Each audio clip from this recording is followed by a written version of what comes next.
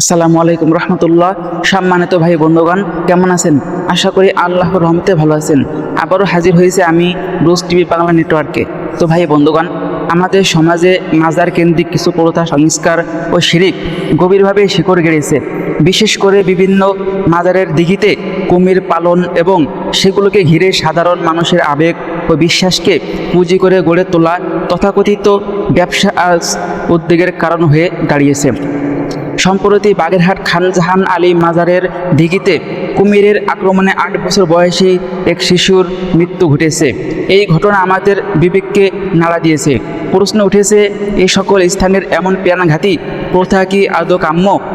মানুষের প্রাণের চেয়ে কি এসব কুসংস্কার বড়? আজ সময় এসেছে এই আবেগতাড়িত বিশ্বাসের আড়ালে লুকিয়ে থাকা শিরিক ও বিদআতকে ইসলামের বিশুদ্ধ জ্ঞানের আলোকে বিশ্লেষণ করার। ভাই বন্ধুগণ, কেন এই প্রথা আধুনিক সময়ে অযৌক্তিক? ১ নম্বরে, প্রাণের নিরাপত্তা ও ইসলামের বিধান। ইসলাম মানুষের জীবনকে সর্বোচ্চ গুরুত্ব দেয়। যেখানে কোনো নির্দিষ্ট স্থানের প্রথা মানুষের জীবনের জন্য হুমকি হয়ে দাঁড়ায়, সেখানে তা ইসলামী শরিয়ার দৃষ্টিতে পরিত্যাজ্য।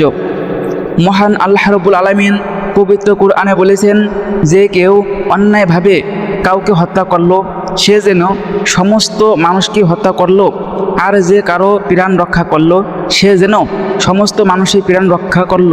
সূরা আল মায়েদা আয়াত নম্বর ৩২। সম্মানিত ভাই বন্ধুগণ, মাজারের কুমিরকে কেন্দ্র করে অনেক সাধারণ মানুষ তাদের প্রয়োজন পূরণের আশা করে মানত করে এবং কুমিরকে অলৌকিক ক্ষমতার অধিকারী মনে করে। এটি সরাসরি তাওহীদের পরিপন্থী। মহান আল্লাহ সুবহানাহু ওয়া তাআলা ছাড়া অন্য কারো কাছে বা কোনো সৃষ্টির কাছে বিপদ থেকে মুক্তি কামনা করা শিরিক। মহান আল্লাহ রাব্বুল আলামিন পবিত্র কুরআনে বলেছেন, আল্লাহর পরিবর্তে তোমরা যাদেরকে ডাকো তারা তো তোমাদের মতোই একজন সৃষ্টি জীব।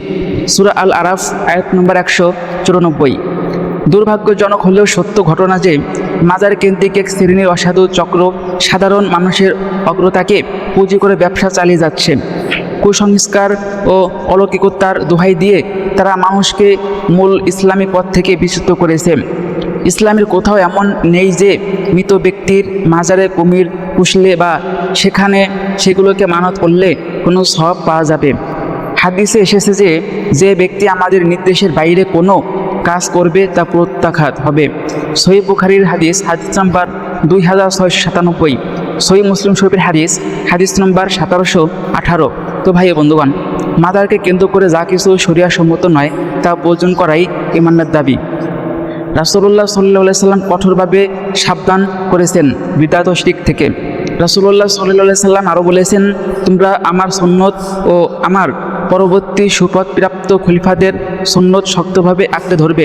তোমরা নতুন আবিষ্কৃত বিষয়ে বিদআত থেকে সতর্ক থাকবে, কারণ প্রত্যেক নতুন বিষয়ই বিদআত এবং প্রতিটি বিদআতই পথভ্রষ্টতা। সুনানে তিরমিজি শরীফের হাদিস নম্বর 2676। ইবনে মাজাহ হাদিস নম্বর 42। ভাই ও বন্ধুগণ, ইসলামের নামে কোনো প্রথা, নতুন কিছু যদি মানুষের জানের ক্ষতি করে এবং শিরিকের দিকে ধাবিত করে, তবে রাষ্ট্র সচেতন সমাজের দায়িত্ব হলো সেগুলোকে আইনি ও সামাজিকতাভাবে বন্ধ করা। কুমিরগুলোকে চিড়িয়াখানা বা উপযুক্ত স্থানে সরিয়ে নেওয়া শুধু মানবিক দাবি নয়, বরং সমাজকে কুসংস্কারের অন্ধকার থেকে রক্ষার প্রথম পদক্ষেপ। প্রিয় ভাই ও বন্ধুগণ, আল্লাহ সুবহানাহু ওয়া তাআলা আমাদের বিবেক দিয়েছেন সত্য মিথ্যার পার্থক্য করার জন্য। একজন মৃত মানুষ বা কোনো প্রাণী আমাদের ভাগ্য পরিবর্তন করতে পারে না। বিপদ থেকে উদ্ধার করতে পারে একমাত্র মহান আল্লাহ রাব্বুল আলামিন। আমাদের সব প্রার্থনা, সব আশা একমাত্র মহান আল্লাহর দরবারে নিবেদিত হতে হবে। আসুন সম্মানিত ভাই বন্ধুগণ, আমরা অন্ধবিশ্বাস ত্যাগ করি এবং ইসলামের বিশুদ্ধ সুন্নাহর পথ চলি। মানুষের জ্ঞানের, মানুষের জীবনের সুরক্ষা নিশ্চিত করি এবং সমাজকে শিরিক ও বিদআতের অন্ধকার থেকে মুক্ত করি। সম্মানিত ভাই বন্ধুগণ, আরেকটি কথা না বললেই নয়, অনেক মাজারে খাজা বাবা, দোয়াল বাবা, নেংটা বাবা, চাক্কু বাবা, সুরা বাবা, তাল্লা বাবা, মাজারগুলোতে এসব ভণ্ড ভরে গেছে।